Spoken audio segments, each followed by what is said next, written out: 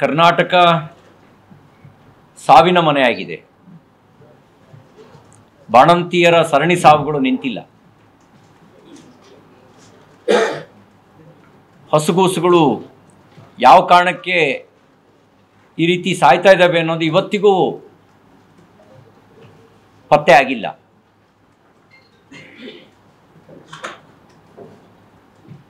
ಕಳೆದ 1.5 ವರ್ಷದಲ್ಲಿ 2800ಕ್ಕೂ ಹೆಚ್ಚು ರೈತರ ಆತ್ಮಹತ್ಯೆಗಳು ನಡೆದಿದೆ. ಪ್ರಾಮಾಣಿಕ ಅಧಿಕಾರಿಗಳು ಆತ್ಮಹತ್ಯೆ ದಾರಿ ಹಿಡಿತಾ ಇದ್ದಾರೆ. ಗುತ್ತಿಗೆದಾರರು ಸಾವಿಗೆ ಶರಣಾಗ್ತಾ ಇದ್ದಾರೆ.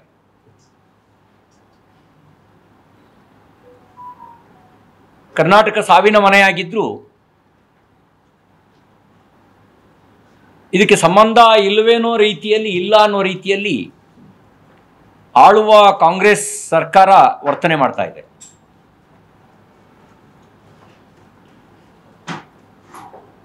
ರೋಮ್ ಹೊತ್ತುವರಿಬೇಕಾದ್ರೆ ನ್ಯೂರೋ ಪಿಟೀಲ್ ಬಾರಿಸ್ತಾ ಇದ್ದ ಅಂತ ರೋಮ್ನಲ್ಲಿರುವಂಥ ಗಾದೆ ಮಾತು. ಕರ್ನಾಟಕ ಸಾವಿನ ಮನೆಯಾಗಿದ್ದರೂ ಇಲ್ಲಿರುವ ಕಾಂಗ್ರೆಸ್ ಸರ್ಕಾರ ಕಲ್ಲು ಹೃದಯವನ್ನು ಹೊಂದಿದೆಯನ್ನೋ ರೀತಿಯಲ್ಲಿ ಸಂವೇದನಾ ರಹಿತವಾಗಿ ವರ್ತಿಸ್ತಾ ಇದ್ದಾರೆ.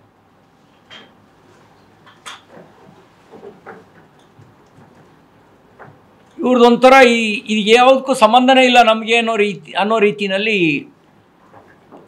ಡಿನ್ನರ್ ಪೊಲಿಟಿಕ್ಸ್ ನಡೆಸಿದ್ದಾರೆ. ಸ್ವಲ್ಪನಾದರೂ ಕರುಣೆ ಇದ್ದರೆ, ಸ್ವಲ್ಪವಾದರೂ ಬಸವ ತತ್ವದ ಮೇಲೆ ನಂಬಿಕೆ ಇದ್ದರೆ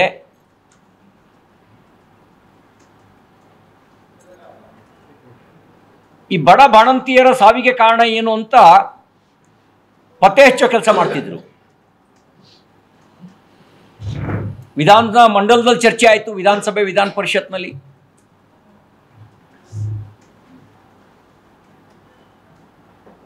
ಸರಣಿ ಸಾವು ಇವಾಗಲೂ ನಿಂತಿಲ್ಲ. ಅಂದರೆ ಸಾವಿಗೆ ಕಾರಣ ಏನು? ಔಷಧಿನ, ಆಸ್ಪತ್ರೆನ, ವೈದ್ಯರ ನಿರ್ಲಕ್ಷ್ಯನ, ಅಥವಾ ಇನ್ನೇನು ಕಾರಣ? ಏನಾರು ಅತಿಮಾನುಷ ಶಕ್ತಿಗಳು ಸರ್ಕಾರಿ ಆಸ್ಪತ್ರೆ ಮೇಲೆ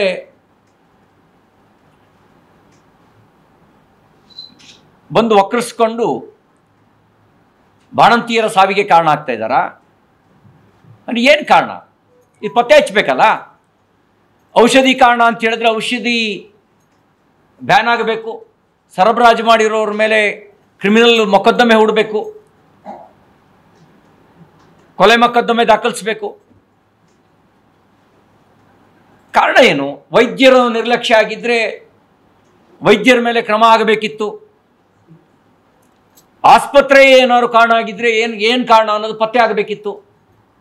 ದುರ್ದೈವ ಸಂಗತಿ ಏನು ಅಂದರೆ ಇದು ಯಾವುದಕ್ಕೂ ಸಂಬಂಧ ಇಲ್ಲದ ರೀತಿಯಲ್ಲಿ ಸರ್ಕಾರ ವರ್ತನೆ ಮಾಡ್ತಾ ಇರೋದು. ಮುಖ್ಯಮಂತ್ರಿಗಳಾಗಿ ಸಿದ್ದರಾಮಯ್ಯನವರು 2ನೇ ಬಾರಿ ಮುಖ್ಯಮಂತ್ರಿ ಆದಮೇಲೆ ಸಂವೇದನೆ ಕಳೆದುಕೊಂಡ ಮುಖ್ಯಮಂತ್ರಿ ಆಗಿದ್ದಾರೆ. ನಾನು ಭಾಳ ಬೇಸರದಿಂದ ಹೇಳಬೇಕಾಗಿದೆ, ಹೃದಯಹೀನರ ರೀತಿಯಲ್ಲಿ ಸರ್ಕಾರ ವರ್ತನೆ ಮಾಡ್ತಾ ಇದೆ.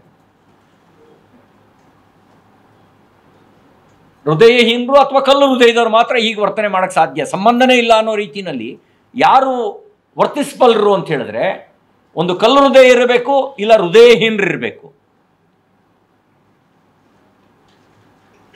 ಇವತ್ತಿನ ಈ ಸರ್ಕಾರ ನಡೀತಿರೋ ರೀತಿ ಹಾಗೇ ಇದೆ. ನಾನು ಆಗ್ರಹಿಸ್ತೇನೆ, ಈ ಸಾವಿಗೆ ಕಾರಣ ಏನು ಅನ್ನೋದನ್ನ ಪತ್ತೆ ಹಚ್ಚೋದಕ್ಕೆ ಹಾಲಿ ನ್ಯಾಯಾಧೀಶರ ನೇತೃತ್ವದಲ್ಲಿ ತಜ್ಞರ ಸಮಿತಿ ಮಾಡಿ. ನಮಗೆ ಸಂವೇದನಾ ರಹಿತರಾಗಿರ್ತಕ್ಕಂಥ ಸರ್ಕಾರದ ಯಾವುದೇ ಸಚಿವರ ಮೇಲೆ ನಂಬಿಕೆ ಇಲ್ಲ. ಹಾಲಿ ನ್ಯಾಯಾಧೀಶರ ನೇತೃತ್ವದಲ್ಲಿ ಎಕ್ಸ್ಪರ್ಟ್ ಕಮಿಟಿ ಮಾಡಿ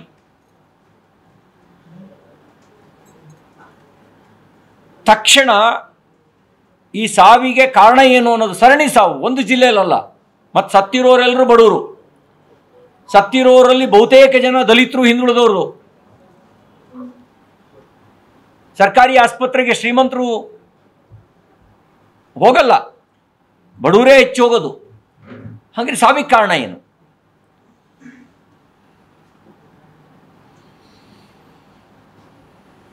ಭ್ರಷ್ಟಾಚಾರ ಆಸ್ಪತ್ರೆಯ ಜೀವ ರಕ್ಷಕ ಔಷಧಿಗಳ ಮೇಲೂ ಪ್ರಭಾವ ಬೀರಿ ಭ್ರಷ್ಟಾಚಾರದ ಕಾರಣದಿಂದಾಗಿ ಜೀವರಕ್ಷಕ ಔಷಧಿಯೇ ಜೀವ ತೆಗಿತಾ ಇದೆಯಾ, ಅಥವಾ ಹಣದ ದಾಹಕ್ಕೆ ಒಳಗಾಗಿ ವೈದ್ಯರೇನಾದರೂ ನಿರ್ಲಕ್ಷ್ಯ ಮಾಡಿದಾರಾ? ಕಾರಣ ಏನು ಅಂತಾಗಬೇಕಲ್ಲ. ಹತ್ತತ್ರ 600ಕ್ಕೂ ಹೆಚ್ಚು ಜನ ಈ ಒಂದು 4-5 ತಿಂಗಳಲ್ಲಿ ಬಾಣಂತಿಯರು ಸಾವಿಗೀಡಾಗಿದ್ದಾರೆ, ಹಸುಗೂಸುಗಳು ಸಾವಿಗೀಡಾಗಿದ್ದಾವೆ. ಹಾಗೆ ಒಂದು ಗಂಭೀರವಾದ ವಿಷಯ ಅಲ್ವಾ ಇದು? ಅಂದರೆ ಸತ್ತವರು ಬಡವರು ಅವರು ಸತ್ರು ನಡೀತದೆ ಅನ್ನುವಂಥ ಒಂದು ಮಾನಸಿಕತೆಗೆ ಏನಾದ್ರು ಸರ್ಕಾರ ಬಂದ್ಬಿಟ್ಟಿದೆಯಾ? ಯಾಕೆ ಈ ಥರ ಕಲ್ಲು ಹೃದಯ ಆಗಿದ್ದಾರೆ? ಯಾಕೆ ಈ ರೀತಿ ಹೃದಯಹೀನ ರೀತಿಯಲ್ಲಿ ವರ್ತನೆ ಮಾಡ್ತಾ ಇದ್ದಾರೆ? ಎಷ್ಟು ಸೀರಿಯಸ್ ಆಗಿ ತಗೊಳ್ಬೇಕಾಗಿತ್ತು ಈ ವಿಷಯವನ್ನು? ಸೀರಿಯಸ್ ಆಗಿ ತಗೊಂಡಿದ್ರೆ ಸರಣಿ ಸಾವುಗಳು ಯಾಕೆ ಮುಂದುವರಿತಾ ಇತ್ತು? ಈ ಸರಣಿ ಸಾವುಗಳು ಮುಂದುವರಿತಾ ಇದ್ದಾವೆ ಅಂದರೆ ಸಂವೇದನಾರಹಿತವಾಗಿರುವಂಥ ಸರ್ಕಾರ ಇದೆ ಅನ್ನೋದಕ್ಕೆ ಇನ್ನೇನು ಸಾಕ್ಷಿ ಬೇಕು? ಅದಕ್ಕೆ ಆಗ್ರಹಿಸ್ತೇನೆ, ತಕ್ಷಣ ಹಾಲಿ ನ್ಯಾಯಾಧೀಶರ ನೇತೃತ್ವದಲ್ಲಿ ತಜ್ಞರ ಸಮಿತಿ, ಎಕ್ಸ್ಪರ್ಟ್ ಕಮಿಟಿ ಮಾಡಿ ವಿತಿನ್ ದ ವೀಕ್ ಸಾವಿನಿಗೆ ಕಾರಣ ಏನು ಅನ್ನೋದು ಪತ್ತೆ ಆಗಬೇಕು. ಮತ್ತು ಸತ್ತವರು ಎಷ್ಟು ಪೋಸ್ಟ್ ಮಾರ್ಟಮ್ ಮಾಡಿದ್ದೀರಿ ನೀವು?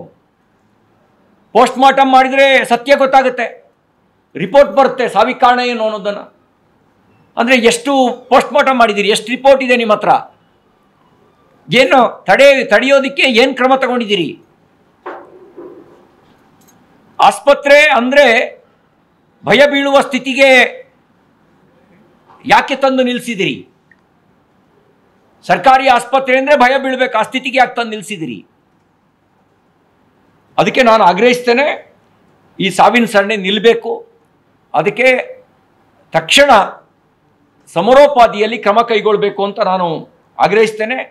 ಡಿನ್ನರ್ ಪೊಲಿಟಿಕ್ಸ್ ಆಮೇಲೆ ಮಾಡ್ಕೊಳ್ಳಿ, ನೀನಾ ಮುಂದೆ ಯಾರಿಗೆ